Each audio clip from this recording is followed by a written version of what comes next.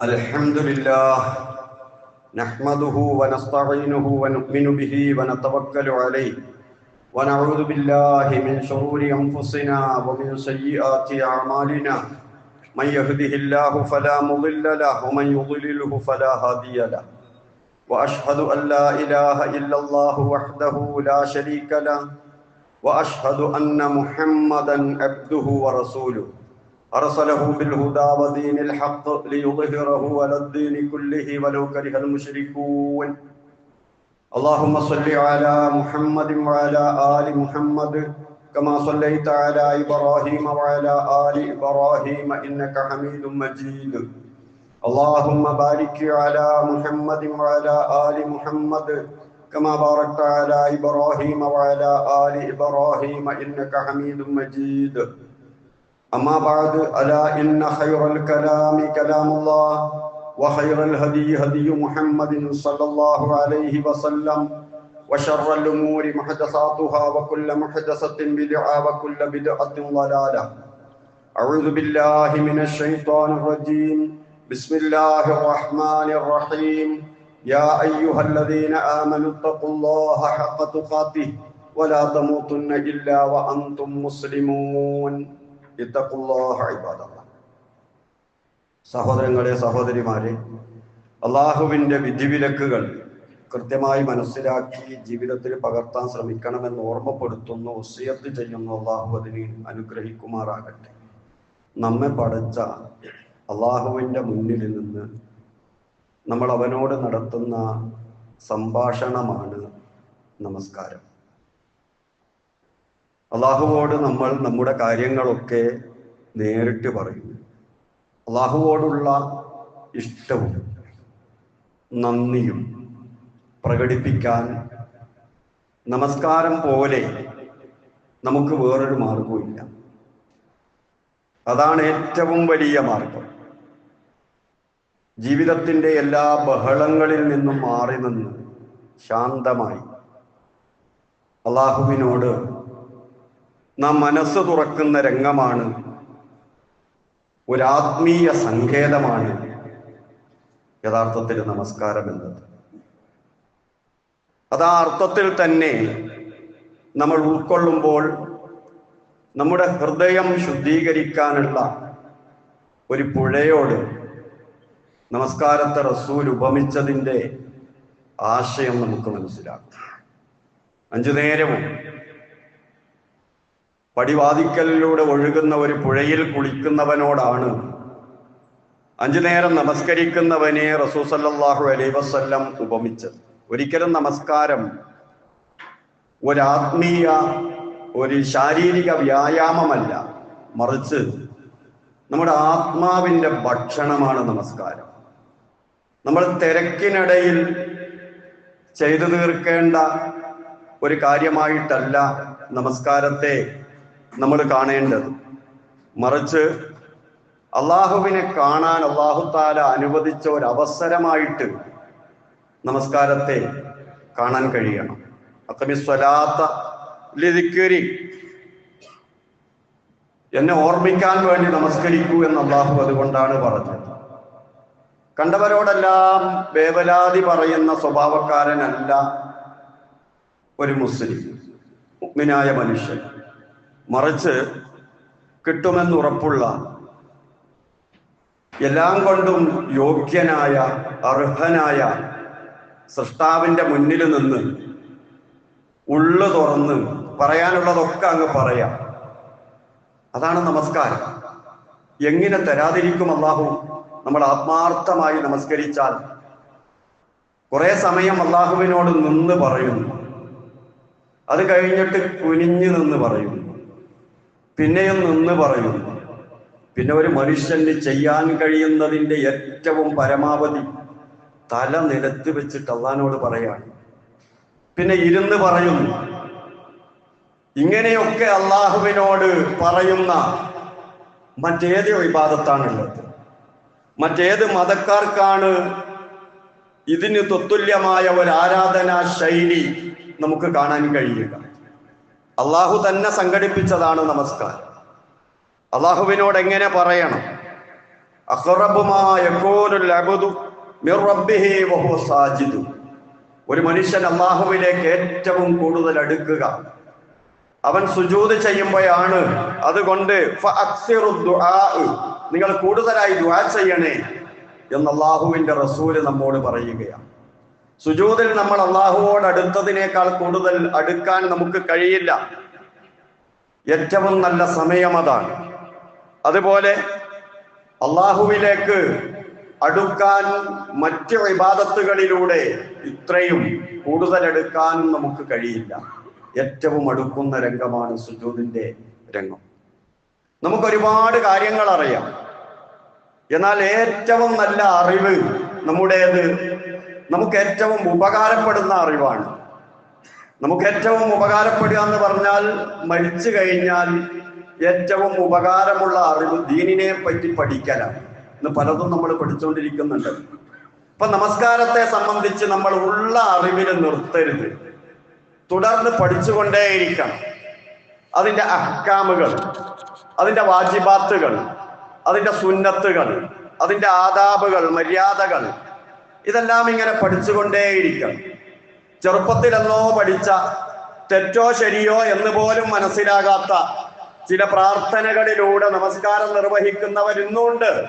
തൗഹീദ് മനസ്സിലായവരുടെ കൂട്ടത്തിലുണ്ട്. നിരന്തരമായി പഠിക്കണം നമസ്കാരത്തെ സംബന്ധിച്ച്. തക്ബീറത്തുൽ ഇഹ്റാം കഴിഞ്ഞാൽ നടത്തുന്ന ഇഫ്തിതാഹിന്റെ ദുആ എന്താ, ഒന്ന് മതിയോ? റസൂൽ സല്ലല്ലാഹു അലൈഹി വസല്ലമ വിവിധ പ്രാർത്ഥനകൾ പഠിപ്പിച്ചില്ലേ? ഒന്ന് മതിയെങ്കിൽ പിന്നെ എന്തിനാ വിവിധ പ്രാർത്ഥനകൾ? എല്ലാം കൂടി ഒരു നമസ്കാരത്തിൽ ചൊല്ലാനുള്ളതുമല്ല. ഒരു നമസ്കാരത്തിൽ ഒന്ന് ചൊല്ലുക, അടുത്ത നമസ്കാരത്തിൽ മറ്റൊന്ന് മാറ്റിപ്പിടിക്കുക, അങ്ങനെയാണല്ലോ. സഹീഹാണ്, റസൂലിൽ നിന്നുള്ളതാണ് എന്ന് ബോധ്യപ്പെട്ട് കഴിഞ്ഞാൽ നമ്മൾ ആ ഇനങ്ങളെല്ലാം സ്വീകരിക്കണം. അതിന്റെ നേട്ടങ്ങളെല്ലാം നമുക്കും ഉണ്ടാകണം. മാറി മാറി ചൊല്ലിക്കൊണ്ടിരിക്കണം. അങ്ങനെ റുക്കോയിലുള്ള ദുആകൾ, സുജൂദിൽ ഒരുപാട് ദുആകൾ. പണ്ട് ചെറുപ്പത്തിലെന്നോ പഠിച്ചു വെച്ച എന്താ അത് പോരെ? അതാണോ അതിന്റെ ന്യായം? നമ്മുടെ വീടുകളിൽ നമ്മൾ ഉപയോഗിക്കുന്ന എന്തെല്ലാം വസ്തുക്കൾ ഇങ്ങനെ മാറി മാറി നമ്മൾ ഉപയോഗിക്കുന്നു. പണ്ടെന്നോ ഉള്ള ഒന്ന് പോരെ എന്ന ആ വാശി നമുക്കില്ലല്ലോ. അതുകൊണ്ട് ഓരോന്നും പഠിക്കുക. അതിനെന്തെല്ലാം മാർഗങ്ങൾ ഉണ്ടെന്ന്. വെറും ഒരു ഫോണ് മതി അതൊക്കെ മനസ്സിലാക്കാം. പ്രാരംഭ പ്രാർത്ഥനയായി റിപ്പോർട്ട് ചെയ്യപ്പെട്ട് വന്നതിൽ ഏറ്റവും സഹീഹായ പ്രാർത്ഥന അല്ലാഹുമ്മ ബാഇദ് ബൈനി വബൈന ഖതായായ കമാ ബഅദ്ത ബൈനൽ മശ്രിഖി വൽ മഗ്രിബ്. കൈകട്ടി നിന്ന് അല്ലാഹുവോട് പറയാ, അല്ലാഹുവേ, എനിക്കും പാപങ്ങൾക്കുമിടയിൽ നീ ഉദയാസ്തമാനങ്ങളുടെ അത്ര ദൂരമുണ്ടാക്കണമേ. അല്ലാഹുമ്മ നഖ്നി മിനൽ ഖതായ, പാപങ്ങളിൽ നിന്ന് എന്നെ വൃത്തിയാക്കണം. കമാ യുനഖ്ഖ സൗബുൽ അബിയദു മിനദ് ദനസ്, വെള്ള വസ്ത്രം അഴുക്കിൽ നിന്ന് വൃത്തിയാക്കുന്നത് പോലെ. അല്ലാഹുമ്മ ഗ്സിൽ ഖതായായ, അല്ലാഹുവേ എന്റെ പാപം നീ കഴുകിക്കളയണം. ബിൽ മാഇ വസ്സൽജി വൽ ബറദ്, തണുത്ത വെള്ളം കൊണ്ട്, മഞ്ഞ് വെള്ളം കൊണ്ട്, ഐസ് കൊണ്ടൊക്കെ കഴുകിക്കളയണം. ബുഖാരിയും മുസ്ലിമും റിപ്പോർട്ട് ചെയ്ത ഹദീസാണ്. ചെറിയ മാറ്റങ്ങളോടുകൂടി മറ്റു റിപ്പോർട്ടുകളിലും ഈ പ്രാർത്ഥനകൾ നമുക്ക് കാണാൻ കഴിയും. എനിക്കും പാപങ്ങൾക്കും ഇടയിൽ നീ ദൂരത്താക്കണം. എന്താണ് ഈ പറയുന്നത്? ബാങ്ക് കേട്ടു, അത് ഏറ്റു ചൊല്ലി, അങ്ങനെ അതിനുശേഷം പ്രാർത്ഥന നടത്തി, ഒരു ഭാഗം പാപങ്ങൾ പൊറുക്കപ്പെട്ടു പോയി. അത് കഴിഞ്ഞ് വദൂ ചെയ്തു, കുറെ പാപങ്ങൾ അതുകൊണ്ട് പൊറുക്കപ്പെട്ടു പോയി. പള്ളിയിലേക്ക് നടന്നു വന്നു, അപ്പോഴും പാപങ്ങൾ ഇങ്ങനെ പൊറുക്കപ്പെടുകയാണ്. അങ്ങനെ പാപരഹിതനായ ഒരു മനുഷ്യൻ അള്ളാഹുവിന്റെ മുന്നിൽ നിന്നിട്ട് കൈകട്ടി അള്ളാഹിനോട് പറയാണ്, പൊറുക്കപ്പെട്ട, ഒഴിവാക്കപ്പെട്ട ഒരുപാട് പാപങ്ങൾ ഇനി എനിക്ക് വേണ്ട. ഞാനും പാപങ്ങളും തമ്മിൽ ഒരുപാട് അകലമുണ്ടാകണം. ഇനി പാപങ്ങൾ ചെയ്യാനുള്ള സാഹചര്യങ്ങൾ ഉണ്ടായാൽ പോലും ഭയം കൊണ്ട്, അള്ളാഹുവിനെ പേടിച്ചിട്ട് അതിൽ നിന്ന് ഒഴിവാകുന്ന ഒരു മാനസികാവസ്ഥ എനിക്കുണ്ടാകണം. ഒരുപാട് അകലമുണ്ടാകണം.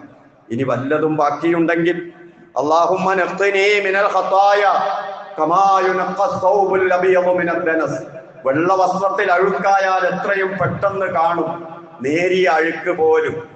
എന്നാൽ ആ വെള്ളവസ്ത്രം അഴുക്കിൽ നിന്ന് വൃത്തിയാക്കിയാലോ, എന്നാൽ പൂർണ്ണമായി വൃത്തിയാകുന്ന സ്വഭാവം അതിനുണ്ട്. അതുപോലെ എന്നെ വൃത്തിയാക്കി തരണം. അതുപോലെ പാപത്തിനൊരു ചൂടുണ്ട്, അതിൻ്റെ ആ ചൂട് എനിക്കുണ്ടാകരുത്. എന്നെ നീ കഴുകിക്കളയണം തണുത്ത വെള്ളം കൊണ്ട്. പാപം പൊറുപ്പിക്കാൻ പല മാർഗങ്ങളും ഉണ്ട്. ചില ബുദ്ധിമുട്ടുകൾ കൊണ്ട് പാപം പൊറുക്കുമെന്ന് റസൂലുള്ളാഹി പറഞ്ഞിട്ടുണ്ട്. എന്നാൽ അതുകൊണ്ടൊന്നുമല്ല, ഒരു ബുദ്ധിമുട്ടുമില്ലാതെ മനസ്സ് കുളിർമയുള്ള അവസരത്തിൽ തന്നെ എല്ലാം പുറത്തു തരാൻ കഴിവുള്ളവനാണ് നീ. എന്നെ ആ രൂപത്തിൽ പാപമുക്തനാക്കണം എന്ന് അല്ലാഹുവിനോട് പറയുന്ന പ്രാർത്ഥനയോടുകൂടിയാണ് നമ്മൾ നമസ്കാരം തുടങ്ങുന്നത്. അങ്ങനെ മനുഷ്യന്റെ മനസ്സ് പൂർണ്ണമായി ശുദ്ധീകരിക്കുന്ന ഇബാദത്താണ് ഞാൻ ഈ ചെയ്യുന്നത് എന്ന ബോധത്തോടു കൂടി നമ്മൾ നമസ്കരിക്കണം. കഴിഞ്ഞ ആഴ്ച സൂറ ബഖറയിലെ ഉള്ളടക്കമാണ് നമ്മൾ സംസാരിച്ചത്. സൂറ ബഖറ ഉൾക്കൊള്ളുന്ന വളരെ പ്രധാനപ്പെട്ട ഉള്ളടക്കങ്ങളിൽ ഒന്നാണ് 5 നേരത്തെ നമസ്കാരം. അള്ളാഹു പറഞ്ഞു തുടങ്ങിയത് തന്നെ സൂറ ബഖറ അല്ലദീന യുഅ്മിനൂന ബിൽ ഗൈബി വയുഖീമൂന അസ്സലാ അലിഫ് ലാം മീം ദാലിക്കൽ കിതാബു ലാ റൈബ ഫീഹി എന്ന് പറഞ്ഞിട്ട് ഹുദല്ലിൽ മുത്തഖീൻ അല്ലദീന യുഅ്മിനൂന ബിൽ ഗൈബി വയുഖീമൂന അസ്സലാ, നമസ്കാരത്തിന്റെ കാര്യം. അവർ നമസ്കാരം നിലനിർത്തുന്നവരാണ്. അങ്ങനെ നമ്മൾ ഓതിപ്പോകുമ്പോൾ ബഖറയിൽ കാണാം വഅഖീമുസ്സലാ, നിങ്ങൾ നമസ്കാരം മുറക്ക് നിർവഹിക്കണം. ഹാഫിളു അലസ്സലവാത്തി വസ്സലാത്തിൽ വുസ്താ, നിങ്ങൾ നല്ല ശ്രദ്ധയോടുകൂടി 5 നേരത്തെ നമസ്കാരം നിർവഹിക്കണം. പ്രത്യേകിച്ച് അസർ നമസ്കാരത്തിന്റെ കാര്യം ഒന്നുകൂടി ഓർമ്മപ്പെടുത്തി അള്ളാഹു പറഞ്ഞു വഖൂമൂ ലില്ലാഹി ഖാനിതീൻ, ഭക്തിയോടുകൂടി നിങ്ങൾ അള്ളാഹുവിന്റെ മുന്നിൽ നിന്ന് നമസ്കരിക്കണം. നിങ്ങളുടെ കാര്യം പറയാൻ അള്ളാഹുവിന്റെ മുന്നിൽ നിൽക്കുകയാണ് എന്ന ബോധത്തോടുകൂടി ഭക്തിയോടുകൂടി നിങ്ങൾ അള്ളാഹുവിന്റെ മുന്നിൽ നിൽക്കണം. സൂറത്തുൽ ബഖറയിൽ അള്ളാഹു പറഞ്ഞു.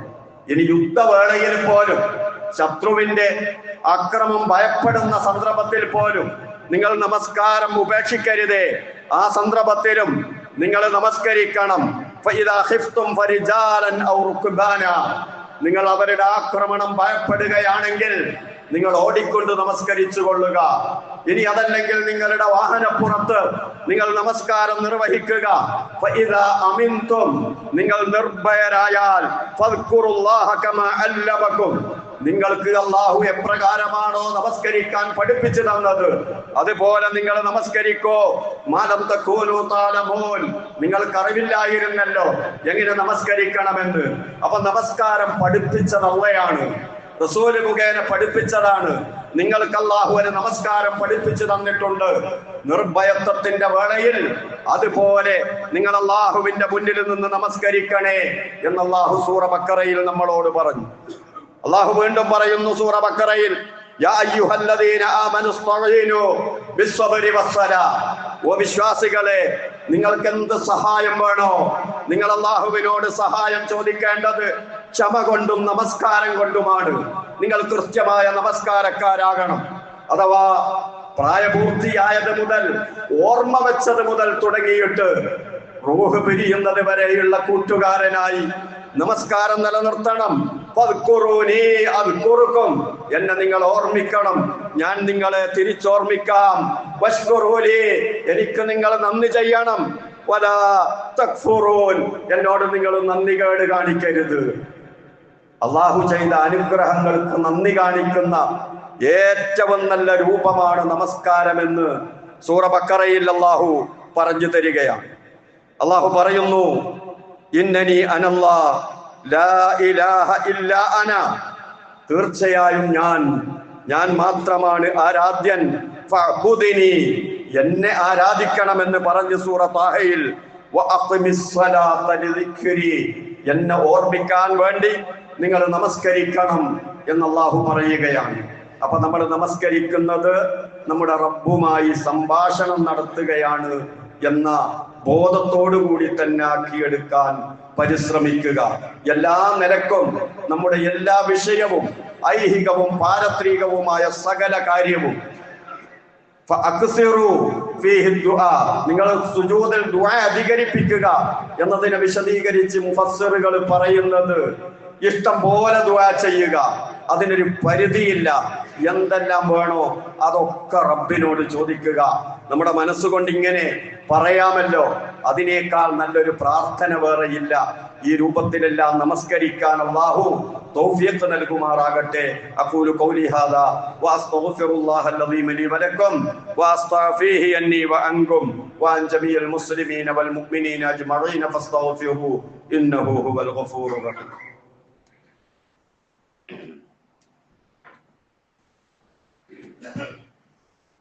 അൽഹംദുലില്ലാഹ് വസ്സലാത്തു വസ്സലാമു അലാ റസൂലില്ലാഹ് വഅലാ ആലിഹിൽ ഫായിസീന ബിറിദല്ലാഹ് ഉസീകും ഇബാദല്ലാഹി വഇയ്യായ ബിതഖ്വല്ലാഹ്. സഹോദരങ്ങളെ, സഹോദരിമാരെ, അല്ലാഹുവിന്റെ വിധിവിലക്കുകൾ അനുസരിച്ച് ജീവിക്കണേ എന്നൊരിക്കൽ കൂടി എന്നെയും നിങ്ങളെയും ഓർമ്മപ്പെടുത്തുന്നു, വസിയത്ത് ചെയ്യുന്നു. സൂറ ബഖറയിൽ നമസ്കാരത്തെ സംബന്ധിച്ച് വളരെ കൂടുതലായി പരാമർശിച്ച ഒരു നിബന്ധനയാണ് ഖിബിലക്ക് മുന്നിടുക എന്നത്, ഖിബില മാറ്റം. ഇതൊക്കെ സൂറത്തുൽ ബഖറയാണ് ചർച്ച ചെയ്യുന്നത്.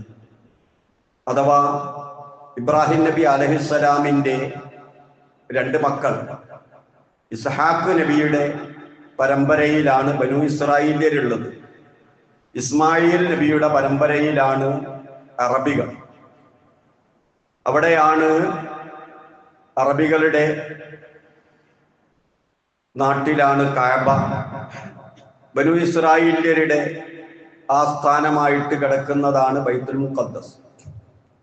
ആ ബൈത്തുൽ മുഖദ്ദസിലേക്ക് റസൂൽ സല്ലല്ലാഹു അലൈഹി വസല്ലമ തിരിഞ്ഞ് നമസ്കരിക്കണമെന്ന് അള്ളാഹു കൽപ്പിച്ചു. അങ്ങോട്ട് റസൂല് തിരിഞ്ഞ് നമസ്കരിച്ചു. മദീനയിൽ പോയപ്പോഴും അങ്ങനെ തന്നെയായിരുന്നു. റസൂലിന് വല്ലാത്ത ആഗ്രഹമുണ്ട് കഅബയിലേക്ക് തിരിയണം, സഹാബാക്കൾക്കും ഉണ്ട്. എന്നാൽ ബൈത്തുൽ മുഖദ്ദസിലേക്ക് തിരിയാതിരിക്കുന്നത് ഇസ്രായേല്യർക്ക് സമ്മതമല്ല.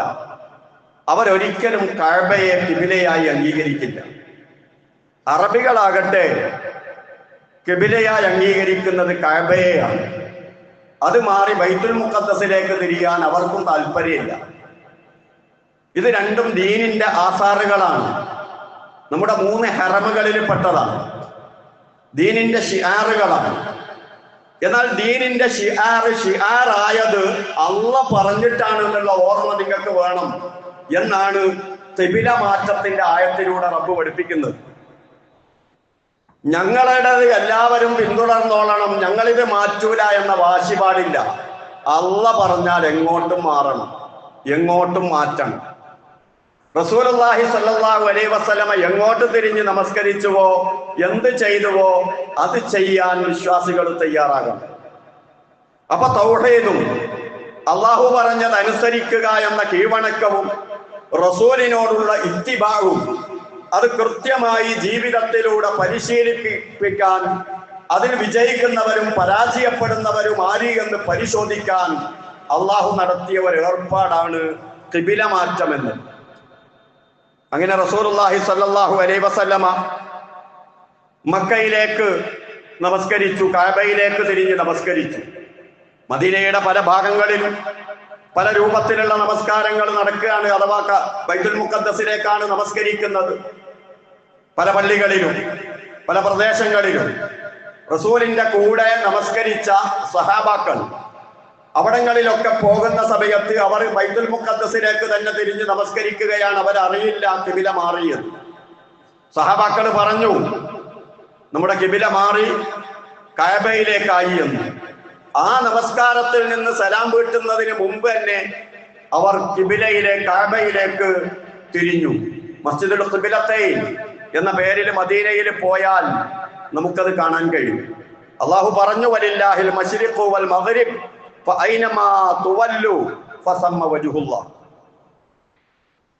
അള്ളാഹ്ക്കുള്ളതാണ് കിഴക്കും പടിഞ്ഞാറൊക്കെ. നിങ്ങൾ എങ്ങോട്ട് തിരിഞ്ഞാലും, അള്ളാഹ് പറഞ്ഞിട്ട് എങ്ങോട്ട് തിരിഞ്ഞാലും അവിടെയൊക്കെ അള്ളാഹ് ഉണ്ടാകും. വമാ ജഅൽനൽ ഖിബലത്തല്ലതി കുൻത അലൈഹ ഇല്ലാ ലിനഅലമ മൻ യത്തബിഉർ റസൂല മിമ്മൻ യൻഖലിബു അലാ അഖബൈ.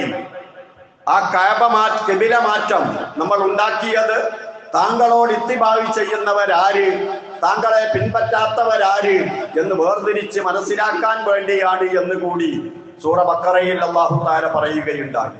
അപ്പോൾ ഒരു വിശ്വാസി എന്ന നിലക്ക് നമ്മുടെ ലൈഫിൽ എന്ത് ശീലമായിട്ടുണ്ടെങ്കിലും റസൂല് പറഞ്ഞത് ഇന്നതാണ് എന്ന് നമുക്ക് ബോധ്യപ്പെട്ട് കഴിഞ്ഞാൽ നമ്മുടെ എല്ലാ പതിവുകളും ഒഴിവാക്കി റസൂല് പറഞ്ഞതിലേക്ക് തിരിച്ചു പോകുക എന്നതാണ് ഇത്തിബാഅ് കൊണ്ട് ഉദ്ദേശിക്കുന്നത്.